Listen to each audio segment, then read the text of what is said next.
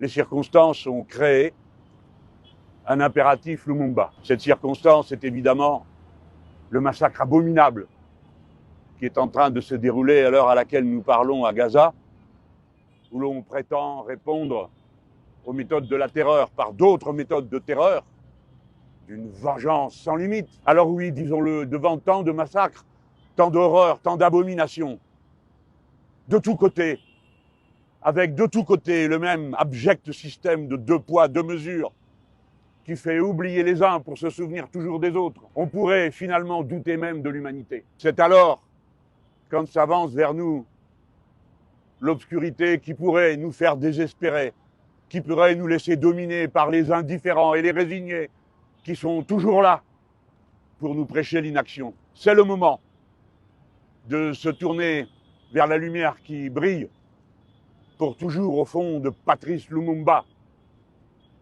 comme le peuple congolais, après tant d'années.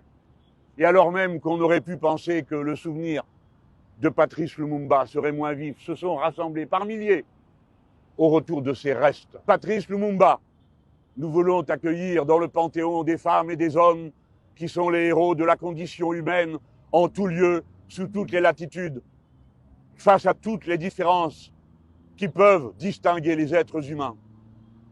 Lumumba, nous voulons faire nôtre les vertus et la vertu essentielle que tu nous as enseignées. Tu étais capable d'assumer la conflictualité parce que tu avais compris qu'elle est à l'origine de toute chose. Et tu l'acceptais pour la dénouer, sans jamais avoir les pudeurs de langage qui permettent aux puissants d'euphémiser. Ainsi as-tu, dans ton discours sur l'indépendance, bravé les usages en nommant par leur nom l'exploitation odieuse du colonialisme qui était ici au Congo, pire si cela est possible que partout ailleurs.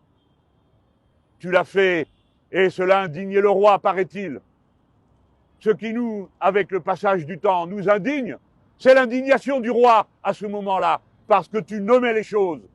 Parler cru et dru, nous l'avons appris de toi, Lumumba. Et nous continuons à nous y tenir, parce que c'est la seule manière, en nommant les choses par leur nom, à la fois d'assumer la conflictualité et de la dénouer. Car on ne peut pas la dénouer si on ne l'assume pas, si on euphémise, si l'on emballe avec des rubans de mots les réalités atroces. Lumumba a sans cesse dans son discours fait référence au combat collectif. Il n'a cessé de dire que la victoire avait été payée du prix de la lutte et qu'elle était une victoire collective. Mais Lumumba s'appelle Lumumba, Patrice Lumumba. Il nous a montré de cette façon que si le courage de tous est possible, il ne l'est qu'à la condition préalable du courage de quelques-uns qui brisent l'inertie, la résignation. Et le courage de quelques-uns commence toujours par le courage singulier de la première goutte qui coule, de la première femme, du premier homme qui s'avance et dans l'obscurité de la résignation allume la lumière du combat. Et c'est en le faisant qu'il prend pour lui-même tous les risques. Lumumba a été assassiné. Et en même temps que sa mémoire vit en nous, vit dans l'histoire longue et dans sa trame les causes, les raisons, les mobiles de son assassinat. C'est-à-dire la cupidité absolue des occupants qui ne se résignent jamais au fait qu'on leur tienne tête.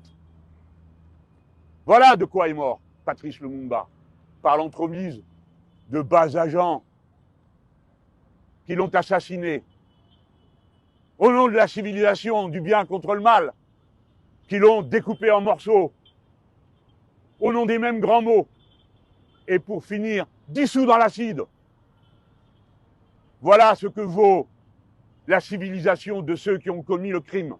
Voilà ce que valent en réalité les valeurs dont ils ne cessent de se décorer. Meurtriers, assassins, toujours sur les basques de ceux qui ont le courage d'engager le combat et que l'on voue à la mort en les désignant comme des cibles. Lumumba a été assassiné, ses restes ont été profanés, mais il aura suffi qu'on en ramène la part la plus modeste pour qu'aussitôt le peuple congolais sache qu'il est là, bien là, tout entier là, avec nous encore à cette heure et au moment où je vous parle. Le Lumumba, par son destin, par son engagement, nous a enseigné la vertu suprême du citoyen, qui est l'engagement, s'avancer et faire. Ne jamais accepter que les choses aillent d'elles-mêmes. L'histoire contient toujours et à toutes les époques le même absurde mélange du meilleur et du pire. Mais qui ne s'avance pas pour le meilleur perd le droit ensuite de se plaindre du pire et se trouve désarmé devant lui pour le combattre, s'il a laissé les partisans du meilleur mener seuls le combat. Voilà la plus grande des leçons. Voici celle qu'il nous faut enseigner, comme il nous l'a demandé en commençant son discours le jour de l'indépendance, où il nous a demandé d'enseigner la gloire du combat pour la liberté qu'il avait mené, et il nous avait demandé de le faire à nos enfants et à nos petits-enfants. C'est cette tâche que j'accomplis pour les Français, pour les insoumis devant vous. Je voudrais enseigner la vertu de Lumumba, l'engagement. Jeunes gens qui m'écoutez, c'est votre tâche et votre devoir de faire le choix de vous engager pour le bien de votre pays, mais pour la communauté dont vous faites partie, laquelle?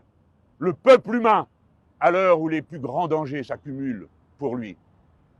Jeunes gens, imitez l'audace de Patrice Lumumba, avec vos mots, avec vos méthodes, avec vos chants, avec vos dessins, avec vos bulletins de vote. Soyez au sens le plus élevé des lumumbistes, c'est-à-dire des gens qui n'ont peur de rien, sitôt qu'il s'agit de l'absolu auquel ils décident de vouer leur liberté. La liberté, la liberté. Merci Patrice Lumumba de nous avoir ouvert ce chemin.